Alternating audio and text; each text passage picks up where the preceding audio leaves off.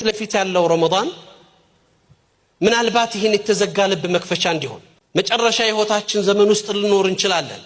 ይሄ ረመዳን የመጨረሻ ግንኙነታችን ሊሆን ይችላል። ለወራት ቁርአንን የሸሸን ሰዎች ቁርአን በሐያታችን ውስጥ ያልነረው ሰዎች ከተሰቀለበት አውርደን ቁርአንን ከፍተን አይደለም ማክተም አንድ አያትና ወይም አንድ ሱራ መቅራት የሚከብደን ሰዎች በቀናት ለማክተም እንሄዳለን። ለምን? ቁርአኑ የወረደበት ወር ነውና ቁርአኑ ይገራል። ያ ኢኽዋን ጊዜው አሁን ነው። አሽረፈል ኸልቅላህ ነብዩ መሐመድ ሰለላሁ ዐለይሂ ወሰለም እንኳን በመጨረሻ እድሜያቸው ላይ ጅብሪል ሁለት ጊዜ ነው አለይሂ ሰላም ነብዩን ሙራጃዓ ያደረጋቸው ቁርአን ጋር።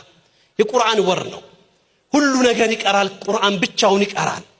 ሐቂቃ ረመዳንን መጾማችንን የምናረጋግጠው ከቁርአን ጋር ያለን እርቅ ሲፈጠር ነው። ለቁርአን በህይወታችን ውስጥ ለመኖር ስንወስን ነው። ያን ማድረግ ስንችል የተዘጋው ልብ ተከፍቷል። ልቦች ሲከፈቱ እጆች ተዘርግተዋል። አላህን ሲለምኑ ዱዓዎች ተቀባይነት አግኝተዋል።